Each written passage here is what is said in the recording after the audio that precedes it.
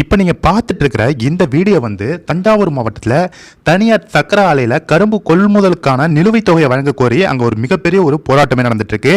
இதை தான் பாஜகவுடைய முன்னாள் தலைவர் திரு அண்ணாமலை அவர்கள் இந்த வீடியோவை பகிர்ந்து, இந்த அதிர்ச்சிகரமான வீடியோ பகிர்ந்து என்ன சொல்லியிருக்காங்கன்னா, தஞ்சாவூர் மாவட்டத்தில் தனியார் சர்க்கரை ஆலையில் கரும்பு கொள்முதலுக்கான நிலுவைத் தொகையை வழங்க கோரி கடந்த 1.5 ஆண்டுகளாக விவசாயிகள் போராட்டம் நடத்தி வந்த நிலையில் திமுக அரசு எந்த விதமான நடவடிக்கையும் எடுக்காமல் பாராமுகமாக இருப்பதை கண்டித்து முதலமைச்சர் மு.க.ஸ்டாலின் அவர்களுக்கு கருப்பு கொடி காட்டிய விவசாயிகள் கைது செய்யப்பட்டுள்ளனர்.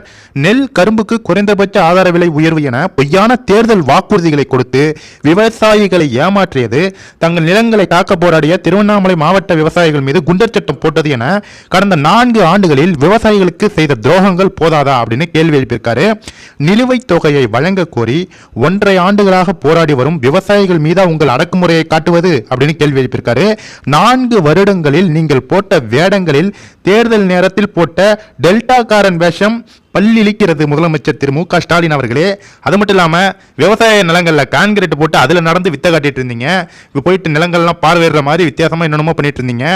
முக்கியமாக உடனடியாக கைது செய்யப்பட்ட விவசாயிகள் அனைவரையும் விடுதலை செய்ய வேண்டும். அவர்களுக்கு கிடைக்க வேண்டிய நிலுவைத் தொகையை கிடைக்க நடவடிக்கை எடுக்க வேண்டும்.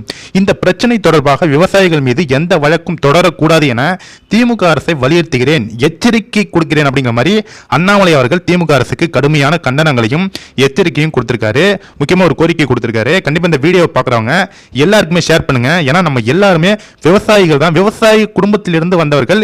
இந்த வீடியோ பார்க்கும்போது திமுக அரசு எந்த அளவுக்கு விவசாயிகளுக்கு துரோகங்கள் இழைத்துக் கொண்டிருக்கிறது அப்படிங்கிறது தெரியும். அது மட்டும் இல்லாம போயிட்டு உங்க நிலங்கள் மேல நகை கடன் எல்லாம் வைங்க, நாங்க ஆட்சிக்கு வந்த உடனே தள்ளுபடி பண்ணிடுறோம் அப்படின்னு ஒரு பொய்யான வாக்குறுதி கொடுத்தது இதே திமுக அரசு தான். எந்த அளவுக்கு விவசாயிகளை ஆசை தூண்டி அவங்களை வந்து இப்போது நிர்கதியாக நடு ரோட்ல விட்டுருக்கு, இது மாதிரி போராட விட்டுருக்கு இந்த திமுக அரசு.